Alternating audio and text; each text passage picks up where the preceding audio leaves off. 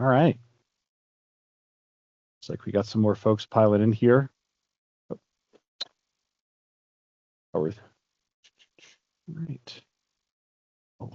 Good morning, good afternoon, everyone, wherever you may be. Hopefully in the mountain time zone here, either Idaho or somewhere else.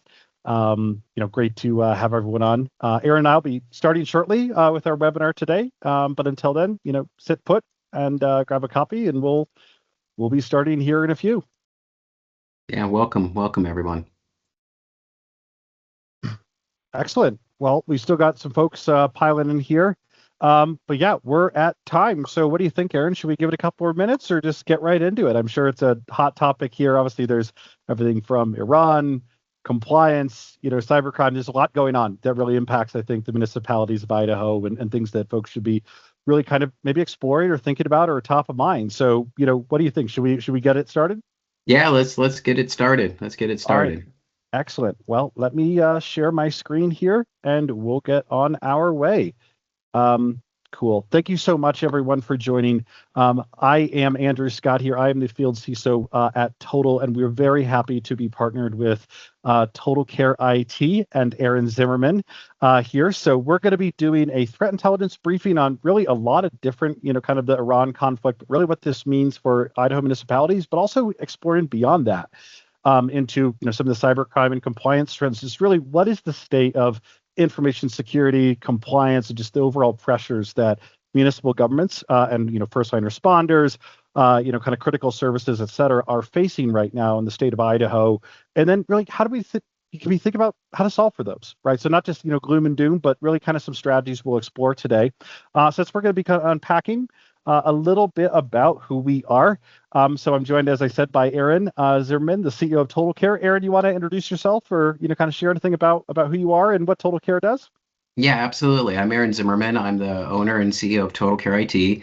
I founded Total Care IT 19 years ago this September, and we focus on protecting Idaho small businesses and medium-sized businesses across the state. We have offices in Idaho Falls and over in Boise, focusing on cybersecurity, user support, infrastructure support, and I don't want to say most recently, but yeah, very very much a focus on cyber and cyber posture and protecting our end clients and their data and their users and the data of their users in some cases. We partnered with Total as our cybersecurity vendor about 5 years ago. I met them at a security conference and was very impressed with their platform. Their platform is, instead of having to go buy a whole bunch of different modules from multiple vendors, we're able to streamline that in through a single vendor so that there's one place to go to and one core piece of software to deploy and manage. And Total's been a great partner for us to work with in the cybersecurity space. Yeah, appreciate that. Thank you so much. And so, yeah, as I said, I'm Andrew Scott. So I'm the field CISO here at Total. Spent the last, I guess you could say, decade and a half really either advising, guiding, leading, or building security programs for everything from the Fortune 500 for the federal and SLED space as well. Also, kind of ran my own operations and so forth in the MSSP world. And now I'm here really kind of working collectively with Total Care, and many others, right? Organizations like our attendees here on the phone to really figure out how do we address the evolving cyber threat landscape, increasing regulatory pressures. Obviously, municipal government, right, and public sector really lives at sort of an interesting intersection between you're both sort of semi-private, right, and some of the things you do, but also a lot of critical infrastructure and public services that are really critical and essential that your constituents rely upon you for. But you're having to do so with, some constraints and challenges. And so we're going to explore that today. We've also got Stevan Grigorovich, one of our strategic advisors here at Total as well on the line. But, let's go ahead and kind of start diving into it. Okay. So first, I think we all see it in the news. There's been a lot about it. And I think that, it's important to explore what the current Iran conflict is really, kind of shaping up as, and what it means for the municipal government, also given some of the most recent evolutions, right, and things that we've seen in the news. So I want to just really unpack the developing conflict here. right? Because obviously municipal government, state government, et cetera, maybe, as information is flowing down to our attendees here on the line, you may be hearing this from DHS, from CISA, the FBI, MSISAC, et cetera. What's interesting is it's, a lot of the initial conflict, now that we're in week 4+ of this conflict, a lot of the, conflict was really constrained primarily to, the Middle East region, right? That changed considerably following the attack by the Handala hacktivist group with loose ties to Iranian intelligence there against Stryker, right? So several weeks ago, right, Stryker, big medical technology giant, had that identity, compromised, leading to that massive wiper-based attack, right? So Iranian adversaries are really, kind of continuing to work around the ongoing physical conflict. And I think it's important to note because cyber is really going to continue to be an important part of their toolkit and their response against the U.S. and Israeli, kind of conflict that's going on there with Iran. Okay, and this has led intelligence community, right, U.S. intelligence community, to really ramp up warnings, right? We see this coming from DHS, from the FBI, from CISA, from others, right? Even from that, in the bottom left, we see that advisory, that joint advisory, several, from last year that was resumed. But we've also seen an increase in cybercrime, right, as well, and some of that, kind of starting to really, those proxy groups, right, hacktivists, cybercrime affiliates, et cetera, that have also increased their operational tempo. So, right, Iran really lives at the center of, there's the state-centered apparatus that is targeting organizations and critical services, government, kind of infrastructure as well, especially the utilities and kind of energy that municipal government will often, deliver on behalf, services to their constituents, but also the relationships Iranian, adversaries have. And so it's important for, really municipal governments to look at it both from a nation state targeting perspective, but also cybercrime and understanding kind of the similarities and how these different groups will attack and target organizations. And then how do we really approach with a strategy versus plug in, holes where we can. Okay. So really who gets targeted and why? This is the important consideration. So it's really about kind of three main factors. So put in the lens of municipal government, it's the accessibility, right? So organizations just in general, because of the attack vectors and techniques that the Iranian, primary APT groups and, affiliates are going to use, it's primarily based on identity compromise, kind of vulnerability exploitation, et cetera, or exposed or open services, all things that we're probably aware of, but that is their primary entrance, right? So really looking at your own security posture, what services, right, do you have exposed to the internet? How are you handling identity authentication, authorization, really reviewing, ensuring that that user is who they say they are, and they need access to your systems or your data or not. But also, especially for municipal government, right, it's the value of who you are and what you do. Right, we'll explore this a little bit later towards the end of the webinar in the briefing, but municipal governments are almost like little multinational corporations or conglomerates, right? Many different business functions that you'll do, right? So, courts, public services, emergency services, finance, and then the clerk's office, running elections, all these different health department, right? All these different functions have different data sets and critical services tied to it that each have its own sort of unique profile and attractiveness to an adversary. So it's also about looking and understanding what you do as a municipality and where your highest sort of value or crown jewels, so to speak, of services to your constituents or the city itself really needs to be placed, and how are you protecting those key functions.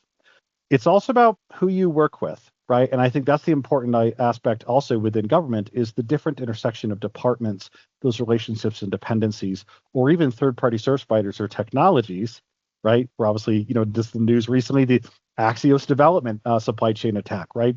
How we do in development, how is that flowing down? What, risk does that open for us? So it's really important to really look at who you work with, what technologies you use, but really the value of the different functions of a municipal government and how you're securing each of those functions individually, but also ensuring you have full observability across the board.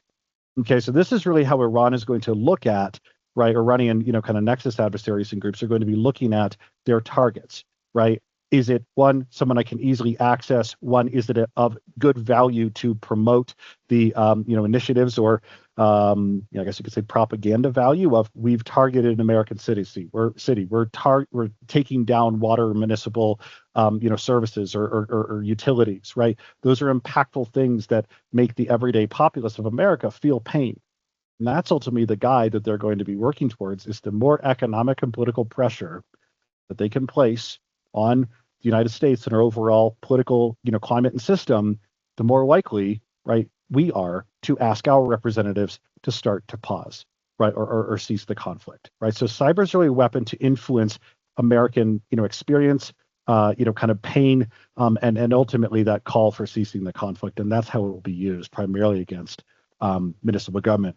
So really, if we looked at that, kind of taking that to the next step, there's really those three risks that are converging, right? So obviously, municipal government likely doesn't have a lot of that kinetic or, kind of tie, right? That regional connection to logistics, supply chain, maybe more of a business function, right? But definitely, as we're seeing, right, prices at the pump, et cetera, the economic impact of the ongoing conflict, so cost pressures, where everything from, fuel, services, et cetera, is climbing, that cost pressure is leading to deferred projects, aging infrastructure, maybe operational shortcuts that may need to be taken depending on how long that extends. So as it relates to municipal budgeting, right, really evaluating how is this ongoing conflict and the economic impact of it, let's say potentially, where are your services, cost centers, et cetera, increasing, and how do we need to be thinking about what that means for your own IT, security modernization, et cetera, and how does that account for it related to cyber? So as I mentioned, obviously the way that they're going to be targeting organizations really through access operations and establishing, initial access to them, maybe selling it to a different group or passing it off to another Nexus adversary, or just denial of service or disruptive actions.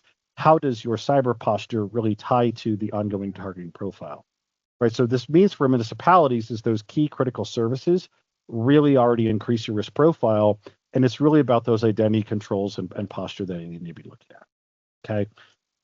So Iran's cyber capability, we're going to take a look at this, kind of a little more in depth, but I've already started to talk about it. Really, it's that layered operating model I already mentioned, right? So at its state, there's data line core. There's those nation-state adversary APT groups, right, that are really part of Iran's Ministry of Intelligence, Revolutionary Guard, the IRGC, et cetera. Okay. Then there's the cybercrime groups that act as those proxy groups that they work with. So much like Russian cybercrime and Russian nation-state groups, Iran follows a similar model. Those cybercrime groups that are in Iran or connected to them will act as an intermediary or a proxy to carry out activities. This is where Handala, that pro-Iranian hacktivist, collective there, that attacked Stryker, that is their connection to Iranian intelligence, but also operating on behalf of them. So they're extending their reach through additional groups. And then the affiliated personas, right? So what we mean by that is contractors, other groups, things like that, right? Intelligence has even come out, notably from intelligence vendor Kila, noting that actually Iran is now recruiting Russian cybercrime groups to carry out ransomware as a service attacks against high-value U.S. targets, which would include obviously municipal government key critical services. So they are expanding their reach into other different, participants, so to speak. They will be able to carry out larger attacks and at scale, which opens up kind of the volume and potential for compromise. And that's really important to understand, right? This intersection between, it's not just Iranian government that's trying to carry out these attacks, it's many others that are sort of part of this ecosystem. And so how they get in and stay in is really the standard playbook that we now see. The front door is the identity. It is really shifting towards they're logging in, they're not hacking, as we like to say. So that's either through stolen credentials, MFA bypass, right? Various, kind of other techniques, credential harvesting, but also exploiting internet-facing authentication systems like VPNs, cloud, kind of resources and so forth, and really exploiting open exposure and that trust between organizations. There's not as much of this exotic malware nowadays. It's really about using the legitimate services and tools, but is a pretty predictable playbook that we've seen developing over the last couple of years, just in general, right? So they're not doing anything crazy, new or novel. It's really about just using the tried and true methods that we see continually working. I haven't really got a screenshot here of a recent article, but for municipalities especially, I mentioned targeting of U.S. water systems or key utilities and services. they are openly now saying that if the continued targeting and physical destruction of Iranian services continues, that they are going to that this Iranian nexus of state cybercrime and proxy groups is going to threaten to create irreparable damages against U.S. water systems. Okay, so obviously this is kind of definitely severe for many municipal governments that may be delivering these services, but also echoes what we've seen from the EPA, right, Environmental Protection Agency administration, right, from CIRCIA and others about targeting exploitation of U.S. water, kind of needing to secure that. So really kind of considering, do you run a utility, and what is your security posture there? And what visibility do you even have into those environments or the connected nature of those based upon this ongoing conflict? Okay, it's more than just Iran, though, right? So we've kind of covered Iran, but now let's look more broadly at just cybercrime in general. Well, unfortunately, cybercrime is also playing a very distinct role in overall SLED security right now. Okay, again, a layered operating model, but a little bit different, right? AI-enabled cybercrime. There's a lot about AI. The bottom line is it's just like everyone here, like us on the call, or just in general, we all want the efficiencies and productivity gains of AI. It's just, are we using it for legitimate, beneficial, kind of uses, or is it more for nefarious or malicious activity, which is where cybercrime is using it? So we are seeing that the, phishing campaigns, the reconnaissance, the scanning, the exploitation, right, the volume and the scale and speed of cybercrime attacks is being amplified by AI. So I think that's really important to acknowledge. Is with, if data time from compromised text filtration, right, a recent Booz Allen report identified is about 30 minutes, is that simply too fast, right? Knowing that they're using identities, kind of cloud services, et cetera, is that too fast for your municipality to take on? Right? I think it's an important sort of reflection point there that the speed has gotten that far, or that fast. Affiliated ecosystems, right? This is the ransomware, malware, phishing, all these different dark web services that are kind of playing off each other also with AI, is lowering that barrier to entry to get to participate in this, but also increasing the volume and scale of which an everyday cyber criminal could be able to conduct far more disruptive attacks. And then obviously the supply chain risks, right? I mentioned that Axios compromise. We're seeing it elsewhere with other, kind of vulnerabilities or systems being targeted. What technologies are you using that are opening up risk to your organizations that are being exploited, whether it's by nation state groups or cybercrime? And these are just a couple examples on the right of local government cyber attacks and breaches in just the month of March. And there's always been far more than this, but it's everything from a sheriff's office, which we think about, again, the data and kind of what's lost there, right? CJIS, courts, legal, right? Criminal, kind of justice information, right? Personal information as well. The city of Cocoa, Florida got hit pretty hard, right? By Inc. ransomware, having to take all IT systems offline. It's a city of about 20,000 people, but they had to take their services offline. Colebrook as well, right? Disrupted their town services. So this is continuing to come hard and fast, where because of the nature of municipal government, budgets, scalability, tool sets, just things like that, you're doing the best you can. Cyber criminals really understand this makes you a very attractive target, for better or for worse.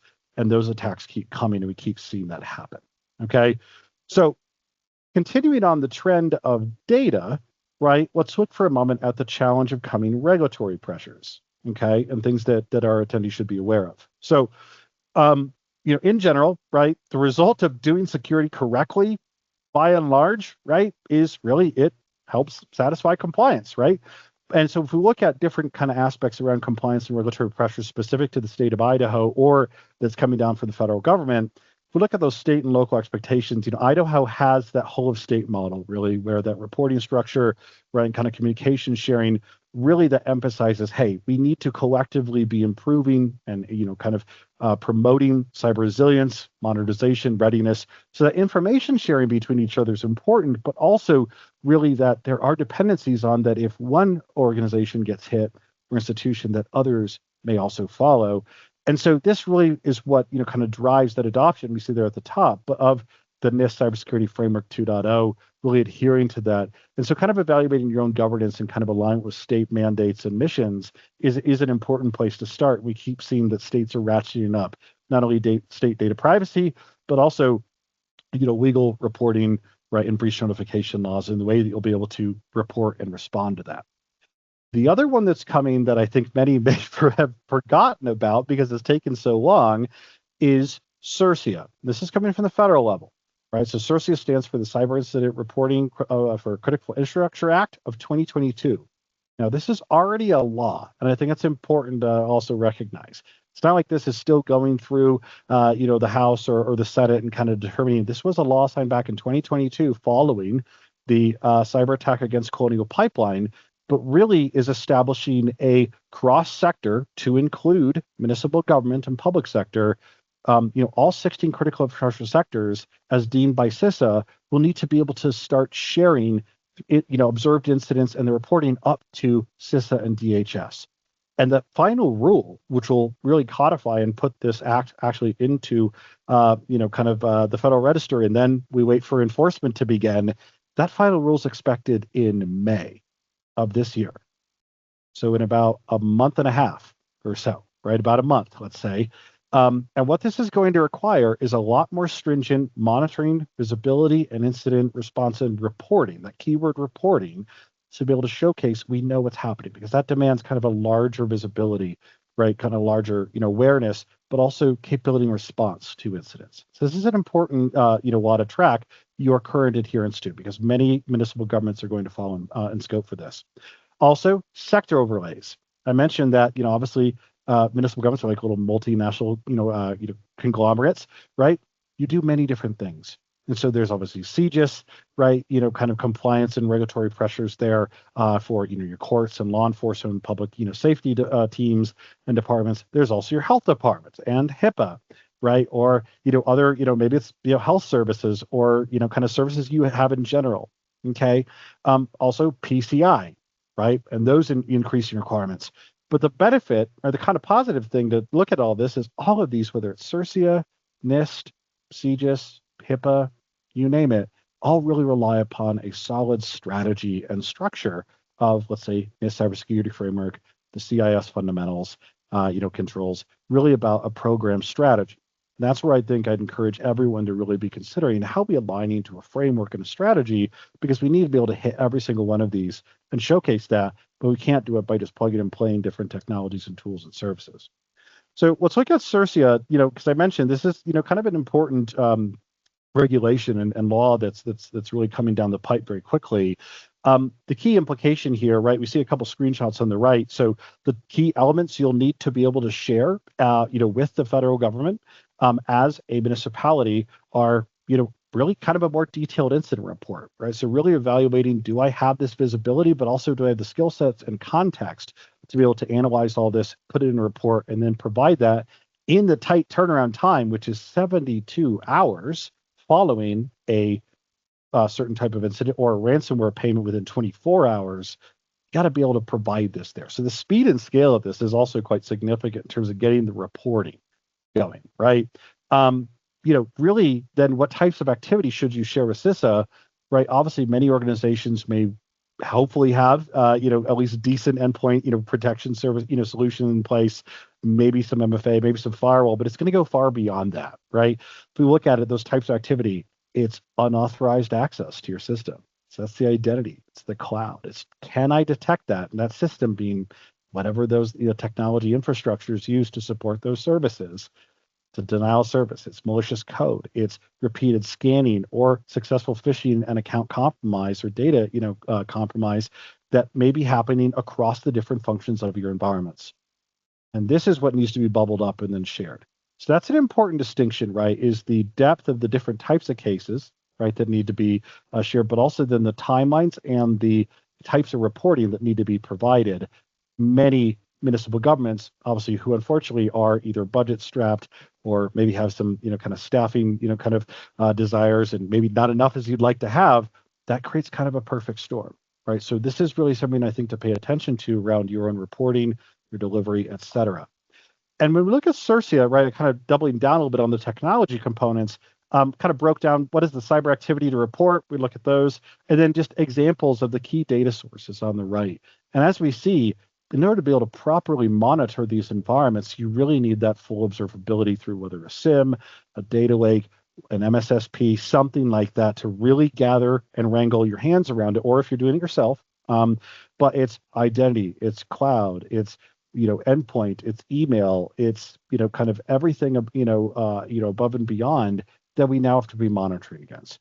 So if we look back to the beginning of the briefing here, kind of outlined identity attacks, cloud attacks, firewall VPN exploitation, all of those are ongoing, whether it's Iran or cybercrime, but it's also the same lens that CISA and DHS are asking municipal governments and critical infrastructure to start monitoring for, right?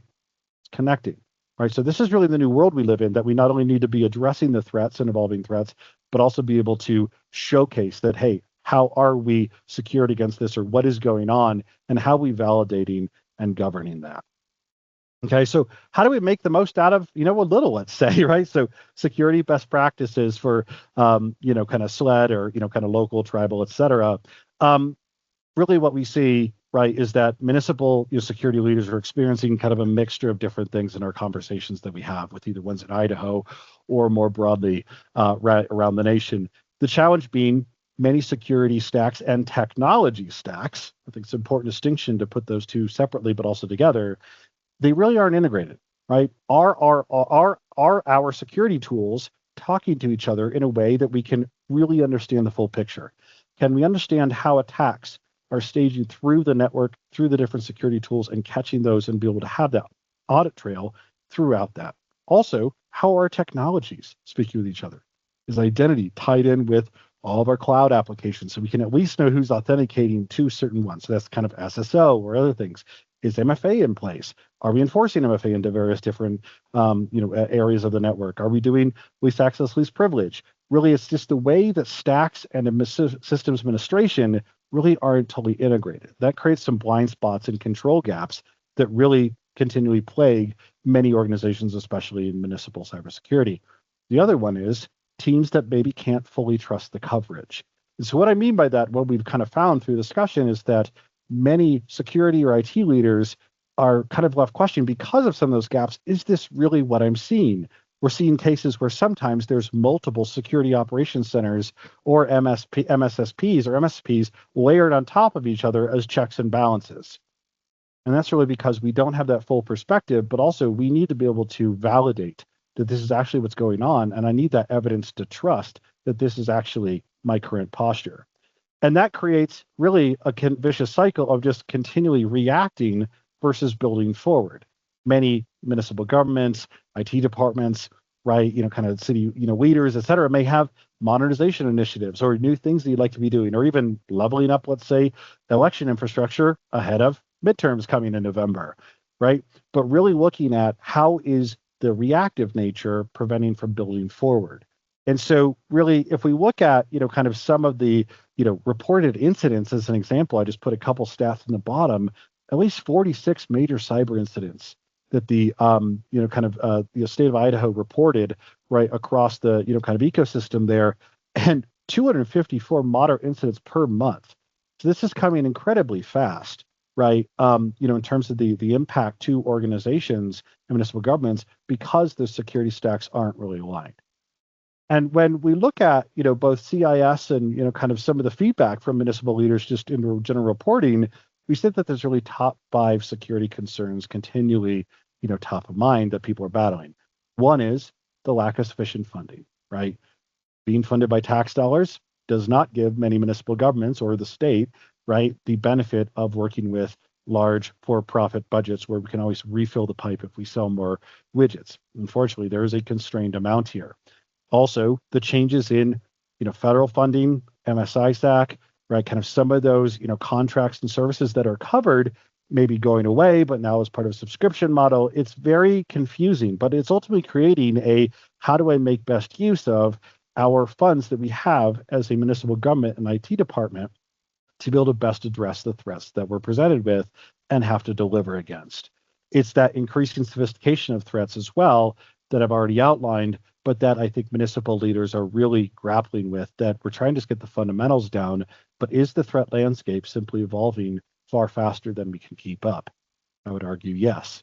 So if any time is, time to go back to fundamentals, it's now. How do we make sure we have all the core components of the security program, et cetera, and those services, how can we best utilize that funding, right, to take advantage of the, to battle against these threats, as well as emerging technologies like AI, cloud, like various different other components here that are also being pushed upon municipal governments and many organizations or partners to be able to figure out how do we just scale better, right? But that's adding more complexity, more time, more resources, and more risk to the equation, as well as simply lack of documented process. And I think this is the key component around CIRCIA that I really want to hit on. Yes, we need visibility. Yes, we need the response, detection and response, but it's really also about the reporting. Can you actually report this in time and have the skill sets and scale and speed to be able to match what DHS requires, as well as then to handle all that? So that reporting is where I think many orgs are also going to fall down, because I might be able to detect some things, but if I can't then pass that along, I might have the feds knocking at my door, asking what's up. And then just unfortunately, the inadequate availability of cybersecurity professionals. We've heard about, right, and kind of seen it for a long time, just the lack of, the cyber skills gap and lack of qualified professionals, right? The ISC Squared's, workforce study last year actually identified it's not just staffing, it's actually skills. It's really tough to keep up with not only just all the technologies, but also the threats, the management of just increasingly complex and distributed environments and handling, kind of the threat landscape of today. And that's really where we're seeing an increase in whether it's service providers, different technology providers, et cetera, really fill in this gap for municipal government. And as I mentioned, right, you're really a mini multinational conglomerate.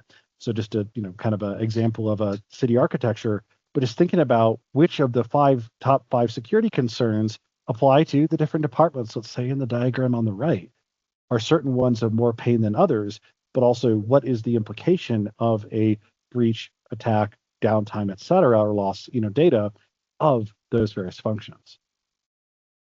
Okay. So priority actions, what do we really kind of recommend? And I've already kind of referenced some of this, but in general, we want to be defending the user identity at its core now. This has to be a fundamental kind of just standard practice now, evolving from EDR kind of endpoint-centric defenses. We've got to be treating the identity as that new perimeter and as a main part of our security monitoring. So really, what are your privileged accounts? How are we reducing that standing administrative access, right? This is where Stryker had those overly permissive admin accounts, right? And that led to those downstream wiper commands and activities that occurred, right? So really, do we have that least access, least privilege?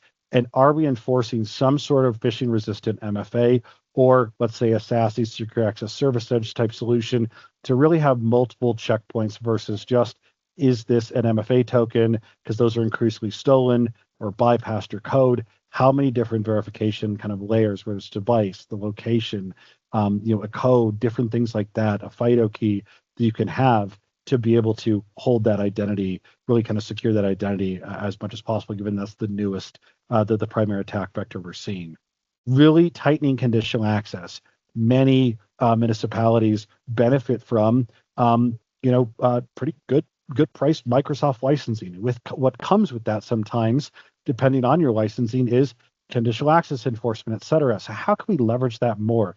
Really looking at what data types and systems are most critical. How are we kind of just at least looking at our crown jewels, ensuring only authorized users or systems or locations can access these where needed, or adding multiple enforcement points, and then really strengthening that identity threat detection response coverage, right? So that if we see user compromise, how quickly we're able to actually stop that, right? Because we see that once they're in, they're going to start to blend in, and that's what's driving a lot of attacks these days. So bar none, really defending those user identities has to be top of mind for every org, but especially municipal government, and kind of the limited resources you have, that will move the needle a lot.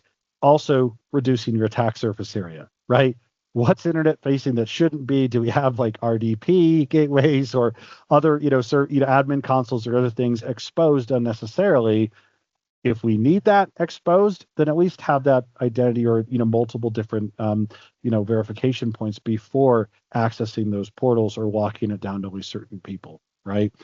Really also, I would say prioritizing VPNs. If you have a VPN, right, internet-facing VPN appliance or system or solution, make sure it's patched, right, because we're seeing it consistently that this is getting bypassed left and right and exploited. Okay, hardening that third party and vendor access, right? Do you have a service provider? Do you know where they're going? Do you know what service accounts or users? Is that actually them? And that's where it's, maybe it's not me, it's you, but also, right, what do you as a municipality have connections to others, other organizations, right? Whatever it might be, how is that being administered and managed? And then we just have to have full visibility, as I mentioned, right? We look at that CIRCIA reporting requirement where it's got to be everything from cloud, kind of management tools, endpoint identity, the network application, so on and so forth. If we can't see it, we can't defend it. We can't govern it either, right? And that's an important point too, is really preparing for disruption as a business event. So really, or services delivery. So how do we really look at, when is the last time you did a business, disaster recovery or continuity exercise? When's the last time, do we know kind of how those would interact? How would a cyber incident impact service continuity or disaster recovery, right? Knowing that more and more, let's say, destructive or wiper malware might be deployed. How are we accounting for that? So that's that governance, I think, of tying everything together is really, really important. And then really, kind of that recovery where that's not just the BCP and DR planning, but also incident response, right? And really reviewing that you have like a tabletop, which, obviously surfighters or even CISA, will provide. But, a tabletop that includes IT, legal, right? Kind of, kind of city administrators, let's say, communications, different departments, because it's how you're going to have to coordinate it, not just kind of going through a standard, tabletop that is going to meet kind of a realistic scenario of today. And that is incredibly important, is that how are we tracking these evolving threats and then applying our security programs as such, okay?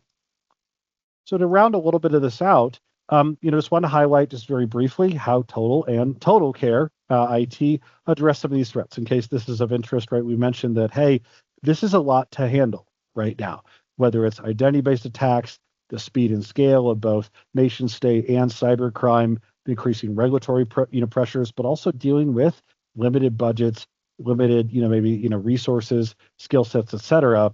And, how can municipal leaders really, kind of benefit or plan forward? Well, that's where we're here to help.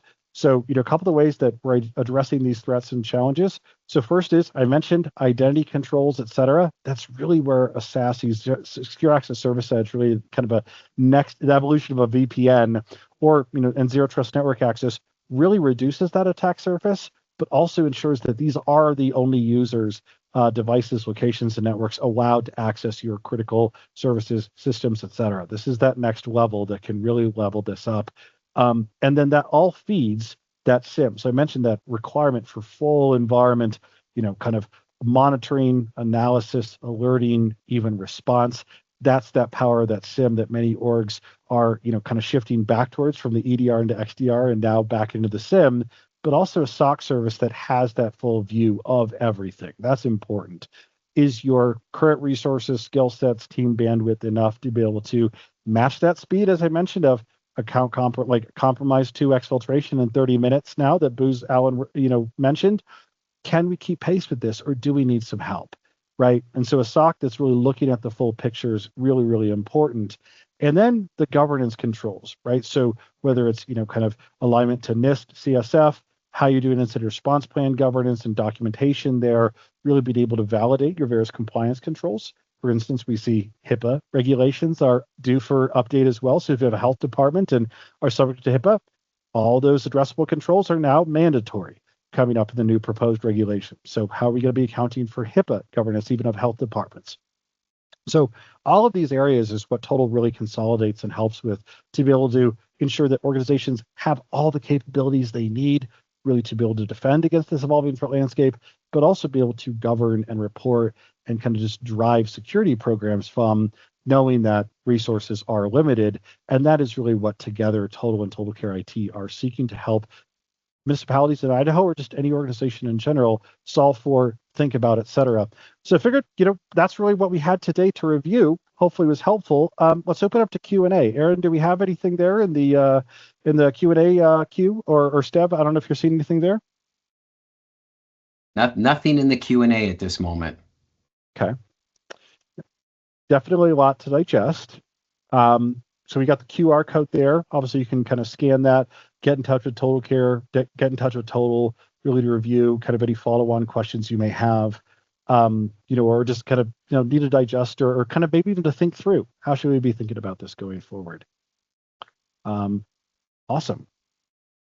Well, we'll hold on here a little bit longer, see if any other questions come in. But yeah, really appreciate everyone's time today. Hopefully this was informative and helpful evaluating the threat landscape of today, but also where we're seeing that regulatory or just general municipal budgeting and scalability challenges are creating really, I think, a perfect storm, but it's not a storm that we necessarily need to be afraid of, but that, with the right plan, I think we can all wade through and be better on the other side.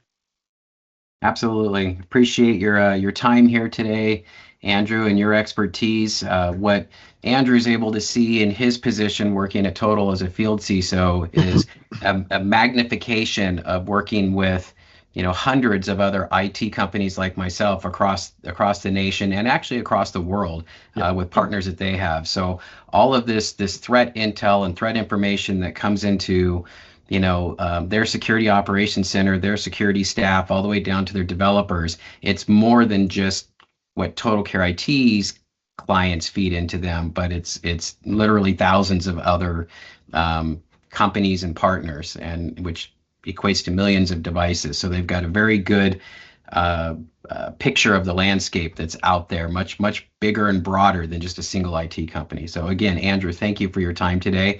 I appreciate you very much. Yep, absolutely. Happy to be here. Thanks for the opportunity, Aaron. All right, everybody. Have a great afternoon. Thank you. Bye-bye.